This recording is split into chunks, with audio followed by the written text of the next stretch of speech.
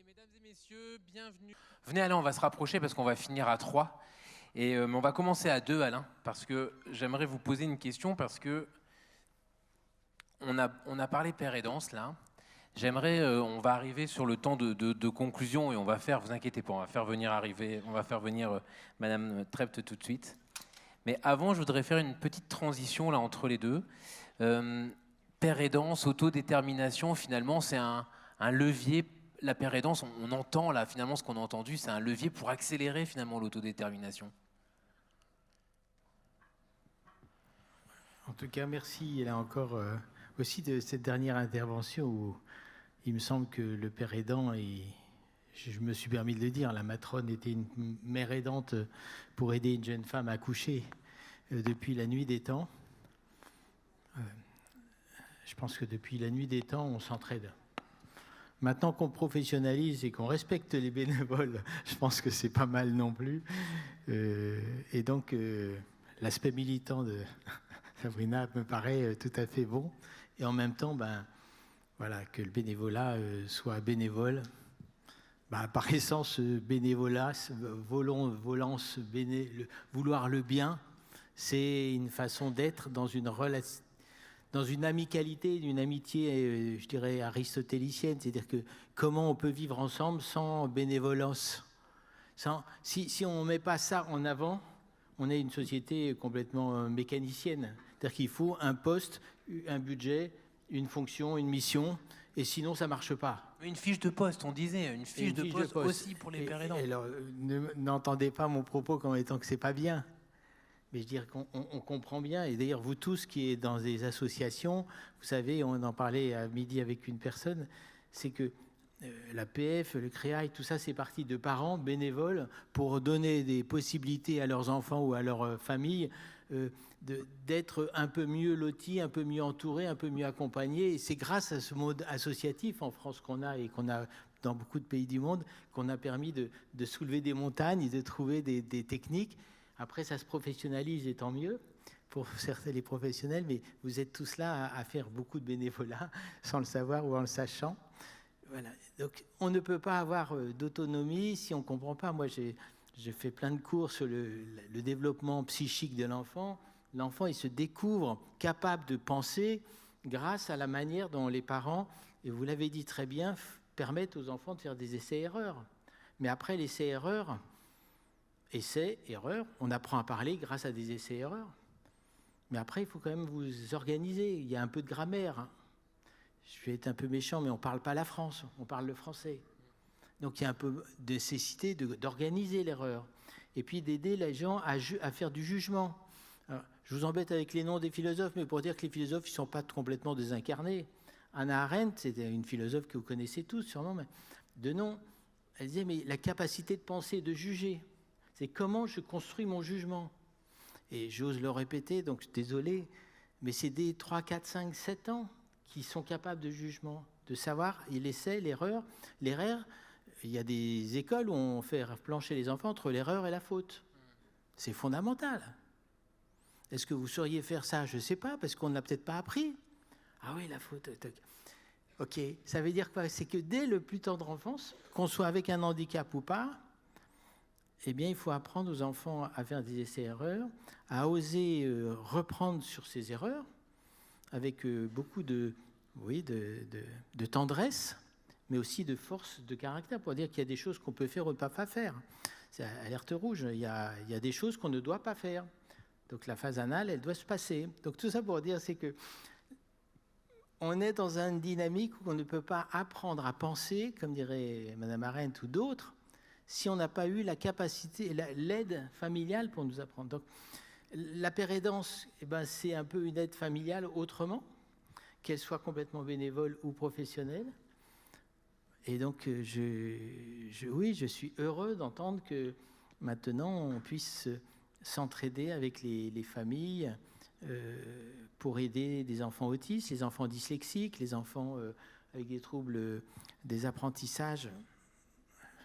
Le pédiatre que j'étais en neuropédiatrie à faire 10 ans ou 15 ans de troubles des apprentissages, Je pouvais dire ce que c'était que la dyslexie, je pouvais expliquer ce qu'il fallait faire pédagogiquement. Donc j'ai tous les outils, enfin pas tous les outils, beaucoup d'outils, connaissances. Mais très vite, allô, madame, vous avez aussi un enfant dyslexique ? Comment vous faites ? Comment vous craquez pas le soir ? Donc c'est une pérédance. Donc moi je dirais l'autodétermination que grâce à tout ce groupe de la CSDU qui a bien voulu prendre ce mot, qui n'est pas tout à fait la même chose que l'autonomie, pas le consentement. Donc on n'a pas parlé de tous ces mots-là, gros mots, qui ont des pas de côté. Eh bien, c'est, je trouve, merci d'avoir pris ce mot, la capacité à se dire envie grâce aux liens qui me font grandir. Mais vous l'avez dit là, de cet après-midi, et puis le matin aussi, donc... je ne sais pas si ça fait... Il ne peut pas y avoir d'autodétermination si on ne m'apprend pas à penser. Donc, grâce à vous, je sais penser. Grâce à vous, aujourd'hui, j'aurais mieux compris un certain nombre de choses. Donc, peut-être que je saurais mieux m'autodéterminer demain grâce à aujourd'hui. Donc, c'est génial, non ? En tout cas, pour moi, merci. Merci, Alain. Et je vous propose, Alain, d'accueillir avec nous Christine Trept. Bougez pas, Alain. Comme vous voulez. Si, ok, bougez alors. Regardez, on va faire l'organisation de l'espace pour Madame Trept. Est-ce que ça vous va comme ça ? Super.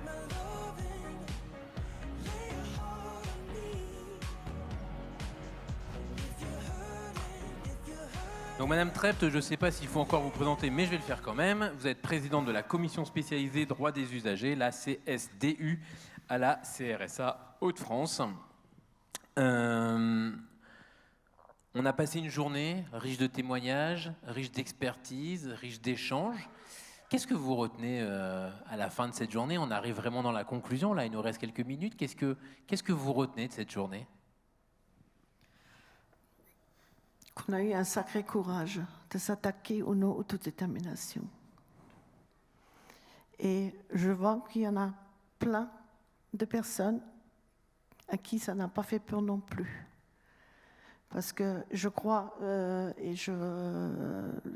service de l'ARS me disait ce matin qu'on n'a jamais eu autant de participants, c'est-à-dire on doit, avec les intervenants, on doit être à 300 personnes, c'est-à-dire on a dépassé le score de toutes les journées droits des usagers qu'on fait depuis que la CRSA de Hauts-de-France existe. Alors on est beaucoup plus que 300, Madame Trept. On est même peut-être presque 400 parce que j'ai compté la salle. On était 350 et on a dû rajouter une cinquantaine de chaises. Donc je pense même qu'on n'est pas loin de 400. Moi c'était ce matin. On était à 300. Voilà. Et surtout que la salle est restée pleine. Il faut le dire aussi. Vous voulez qu'on allume la lumière pour la voir parce qu'on la voit pas, vous voyez ? Je veux bien parce que je pense que c'est à moi de vous applaudir. Merci. L'autodétermination, ça fait toujours peur. En tout cas, quand on ne sait pas trop, quand je me suis penchée dessus et quand j'ai lu, et tu m'excuses, Alain Wehmeyer, qui me disait la possibilité de faire ce libre choix sans avoir d'intervention indue. Ça ne veut pas dire que je n'ai pas besoin d'aide, mais il faut me laisser choisir et faire mes choix. Ce que nous faisons tous, que nous apprenons à... Tu parlais des enfants tout à l'heure, Alain, ce que nous faisons, nous apprenons à nos enfants, dès le tout jeune âge, tu veux colorier ou tu vas aller jouer ? Voilà, c'est l'autodétermination. L'enfant dit non, je vais te colorier. Mais c'est tout simple. Ça nous paraît à toute personne tout logique. Je vais faire des études ou je ne vais pas faire des études. Je vais devenir ça. Et là, on a le droit à l'erreur, en disant toute personne a le droit à l'erreur de dire j'ai commencé des études des philo, mais non, mon truc, voilà, les parents, je veux changer. Voilà, on laisse changer. Mais une personne qui a des difficultés, on va lui dire « Non, non, faites pas ça. Ça ne va pas aller. » On ne va pas dire « Oui, vous avez... » on va essayer. Vous avez le droit à l'erreur. Si ça ne va pas, on réfléchira ensemble. Et je pense que c'est aujourd'hui, ça a donné, comme nous le souhaitons tous les ans, donner sens et donner une impulsion à la réflexion et à la mise de se remettre en question en étant personne concernée, comme en étant l'accompagnant professionnel, familial, personnel. Je pense que dans ce cas-là, nous avons atteint notre but. La commission, surtout, qui je remercie, les membres de la commission qui se sont impliqués comme tous les ans. Et encore cette fois-ci, je pense avoir encore plus d'enthousiasme parce qu'on est tous concernés. Et surtout aussi parce que c'est la dernière de la mandature. Nous allons changer de CRSA. Nous ne savons pas comment ça, l'année prochaine, comment ça va se passer. Et nous ne voulons pas surtout opposer ou imposer à la nouvelle commission des choix qui seront peut-être pas suivis après. Et permettez-moi aujourd'hui, surtout, et elle est où, Magali? Elle est où? Venez. S'il vous plaît. Magali n'est pas partie, elle s'est cachée quelque part. Elle est là jusqu'au bout. Venez Magali, parce que elle mérite. Asseyez-vous Magali, qu'on la comme met, ça. Voilà. Elle mérite. Est-ce qu'on peut applaudir Magali, s'il vous plaît?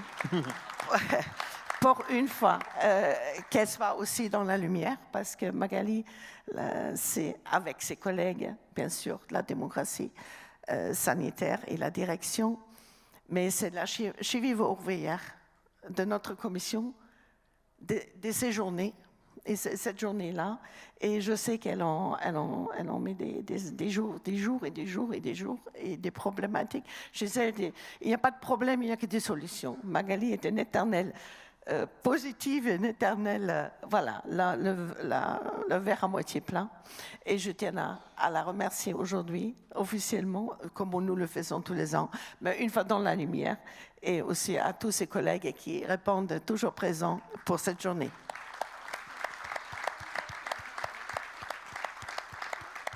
Alain, on laissera... Non, mais restez avec nous, Magali. Ah bah non, comme vous voulez. On laissera le dernier mot de conclusion à Christine Trepte après, mais Alain, on va conclure ce moment. Vous aviez commencé à l'aborder, mais qu'est-ce qu'on retient, qu'est-ce qu'on se pose comme question à la fin d'une journée? Moi, j'aime bien ça, se dire, mais on reparle avec des solutions, mais on repart aussi avec des questions. Quelles questions on doit se poser ce soir? Et j'aimerais bien avoir votre avis, plutôt en plan d'action, ça veut dire, et maintenant on fait quoi? Vous avez 3 minutes. Oui. Je ne sais pas, je vais en prendre plus si on me demande autant de choses. Je voudrais quand même vous dire d'abord merci d'être là, merci d'avoir envie de le faire, merci d'aider tous ceux qui sont autour de vous à grandir, à prendre des situations, à les regarder, à les juger et à les tempérer, parce que dans tout choix, il y a quand même des possibles et des impossibles. Et donc, effectivement, tout à l'heure, la dame voulait absolument marcher, comme mon collègue Nicolas le disait, et il y a un moment donné où il y a de l'impossible. Et donc, aider aussi les gens qui sont face à l'impossible, de ne pas perdre espoir, de ne pas commencer parce qu'on sait que ce sera impossible. Donc ça, c'est un enjeu absolument extraordinaire. Et c'est pour ça que je vais dire 2 mots un peu compliqués, mais qui vont vous résonner. C'est l'obstination raisonnable. Parce que vous savez que dans la loi Claes-Leonetti, on n'a pas le droit de faire l'obstination thérapeutique déraisonnable. Ben moi, je vais vous dire que dans ces 3 mots, il y a obstination raisonnable qu'il faut qu'on conjugue tous les jours. Il faut être obstiné pour donner à l'autre les capacités de penser et les capacités de choisir sa vie. Si on n'est pas obstiné, on va craquer parce qu'on va leur donner à eux, avant même qu'ils aient commencé, une tête, en gros, quoi. Mon non-verbal parlera plus que mon verbal, vous voyez. Donc il faut être obstiné. Et raisonnable parce que la raison, ce n'est pas le rationnel. Je vous force un peu à réfléchir à 3h30, c'est quand même... Le rationnel, c'est ce qui est valide, c'est ce qui serait validable, c'est ce qui serait documentable, ce qui serait scientifique, et il en faut. Quelqu'un qui a une paraplégie, c'est difficile de dire que vous allez marcher. Ok, sauf que peut-être que d'abord avec les exosquelettes aujourd'hui, ça devient faux. Donc ce qui était rationnel hier n'est pas forcément rationnel aujourd'hui. Les exosquelettes, vous savez, c'est les systèmes techniques pour vous soutenir, et on sait qu'il y en a qui maintenant marchent grâce à ça. Et le raisonnable, c'est comment mettre de la raison là où, pour donner du sens, il y a un aspect subjectif, sensoriel, sensible. Vous saisissez donc il faut être non pas rationnel, Ce n'est pas une obstination rationnelle, technique, scientifique. Je sais qu'il y a, mais raisonnable. Comment vous donner la capacité de donner du sens à quelque chose qui peut-être sera impossible. Mais moi, en accompagnement les familles endeuillées, c'est comme on peut donner du sens au non-sens. C'est bizarre ce que je viens de dire. C'est-à-dire que le non-sens, c'est inadmissible d'être tombé, la personne qui a un AVC, qui a un accident de voiture, qui a un accident de moto, enfin je ne sais quoi, qui a un Parkinson, c'est un non-sens quelque part. Pourquoi moi ? Un parent qui a un enfant avec une maladie génétique, c'est inadmissible. Pourquoi moi ? C'est peut-être moi et j'en sais rien. Donc, on parlait de sentiment de culpabilité, d'avoir fait un accident. Mais comment donner du sens au non-sens ? Et ça, c'est l'autodétermination. C'est-à-dire que comment oser dire que la vie, elle a des possibles dans des champs qui sont quelquefois pas si simples que ça. Et c'est grâce à Mme Trepp, grâce à vous tous, là, ceux qui m'accompagneront, si je suis un peu plus empoté, que là, M. De Roca, Alain, on va y arriver. Pas à pas. Tu vas marcher 3 mètres, 2 mètres. Donc, obstination thérapeutique, ok, mais raisonnable. Et c'est garder ça dans votre tête, si je peux me permettre. Ça va vous aider à dire, continuons à inventer des choses, à trouver des astuces, s'adapter, on a dit ce mot tout le temps. Et avec ça, je pense qu'on va faire des miracles, donc on va aller dans la Lune. Bon, je crois qu'il faut relire et lire et relire Le Petit Prince. Je veux dire qu'il est complètement pété, quoi. Mais en même temps, il y a du raisonnable. Il y a de l'irrationnel total, mais il y a du raisonnable. Voilà, je ne sais pas si j'étais suffisamment éclairant. Alors, pour savoir comment faire demain, obstinez-vous. Dans des lieux où c'est possible, allez faire des formations. Tannez l'ARS parce que je sais que comme elle va changer ou qu'elle va disparaître, trouvez de l'argent avant qu'il disparaisse. Parce qu'on ne sait jamais. Grâce à tous les projets que la CSDU permet de mettre en valeur, faites des projets auprès de la CSDU parce que j'ai été une année avec toi pour un peu comprendre tout ce que vous faisiez de beau et mettre en valeur des projets où les gens sont un peu fêlés, quoi. Allez, on va y croire. Et puis là, on reçoit 1 000 euros, 2 000 euros, c'est pas grand-chose, mais c'est ce petit plus. Et du coup, c'est des cadeaux que vous faites, que nous faisons. Et donc, les Hauts-de-France sortent la tête haute. Vous êtes en haut de la France. Donc, surtout, ne subissez pas le bas de la France. Voilà. Merci Alain, merci pour ce moment. C'était agréable de pouvoir partager cette animation. Alors, mesdames, messieurs, vous allez avoir à l'écran le QR code. Et le QR code, voilà. Et ce QR code, vous allez pouvoir le flasher et ça vous envoie vers un questionnaire de satisfaction. C'est toujours important pour nous d'évaluer ces moments-là. Vous le recevrez également par email dans quelques jours. Et je rappelle qu'il y aura une retranscription totale de cette journée qui sera faite. Avant de vous laisser le mot de la fin, Madame Trepp, je voudrais remercier encore une fois l'ESAT La Vie Active qui nous a fait à manger ce midi et on peut les applaudir. Julien Dubois, retranscripteur. Calypso et Léa qui ont signé toute la journée. Merci.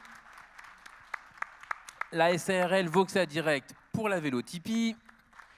Et toutes les équipes d'Artois Expo pour le son, la lumière, l'endroit, l'organisation, la logistique, etc. Merci à tout le monde là-haut en régie, parce que c'est grâce à vous qu'on est dans les lumières et qu'on a du son. Sans vous, ça n'aurait pas été la même journée. Merci beaucoup à vous et à toutes les équipes techniques. Madame Trepp, le mot de la fin est maintenant à vous. Je vous laisse conclure cette journée. Merci. Nous avons essayé aujourd'hui, en tout cas, nous avons entendu des personnes qui trouvaient qu'ils n'avaient pas le droit de choisir leur vie. Nous avons entendu des professionnels qui essayent au mieux d'accompagner des personnes. Et nous avons entendu des bénévoles qui sont devenus peut-être professionnels ou qui sont bénévoles pairs. Je pense que le tout fait qu'on peut faire quelque chose. Chacun à sa place, chacun avec ses capacités, mais toujours dans la bienveillance. Je parlais ce matin, je posais la question, mais j'ai vu, on m'a fait remarquer que les intervenants n'ont pas répondu à ma question entre la autodétermination et bientraitance. Ça m'était mal à l'aise. Mais c'était aussi le but. Il faut un moment, il faut taquiner un petit peu, parce que je sais que c'est pas facile pour les professionnels, pour des raisons X, Y, et on n'en met surtout pas. On ne jette pas la pierre, c'est pas forcément de la mauvaise volonté. Nous savons aussi que ce n'est pas évident quand tu disais on nous tombe quelque chose dessus, ou aux parents parce que l'enfant est handicapé, ou parce qu'on est adulte et on détecte une maladie grave, ou on devient handicapé, ou on a toute sa vie, on a travaillé, on était très, très vaillant et cadre dans une société, et d'un coup on s'aperçoit que la TND, forcément, cognitivement, je perds mes moyens. Mais ça ne veut pas dire qu'on perd ses rêves. Ses rêves, on a le droit de croire, tu disais miracle. Et pourtant, je ne suis pas pour les miracles. Je ne suis pas allée à Lourdes parce que toute merde, pour moi, ça ne fonctionne pas. Alors, mais je vais dire, voilà, on a tous le droit de croire à des miracles. Ça peut être des petits, parce qu'on fait 2 mètres, et qu'on arrive à propulser un fauteuil qu'on ne pouvait pas. Comme il disait Nicolas ce matin, ça peut être l'enfant polyhandicapé d'un coup qui arrive quand même à pointer avec le doigt qu'on ne voyait pas avant. Ça peut être la personne qui a fait un AVC, qui est devenue aphasique, mais qui arrive quand même à se faire comprendre parce qu'on lui donne les moyens. Et même si c'est avec un ordinateur, parce que dans la tête là-dedans, tout va. C'est que le langage qui manque. Et souvent, on dit « Ah bon, oui, mais bon, vous ne comprenez rien, on va le faire à sa place. » Et il y a plein de choses comme ça. Si au départ, on commence par écouter la personne et prendre le temps d'écouter la personne, et après on construit ensemble, je pense qu'on peut faire des bonnes choses. Et je suis sûre des personnes qui sont aidées là aujourd'hui et qui sont restées jusqu'au et qui m'écoutent encore, c'est qu'ils vont faire de leur mieux et qu'ils vont changer peut-être quelques pratiques. Merci à vous tous. Merci. Merci Madame Trett. Merci à vous toutes et tous. Bon retour. Et puis donc du coup, maintenant, place au fer. Voilà. Merci beaucoup. Merci. Merci.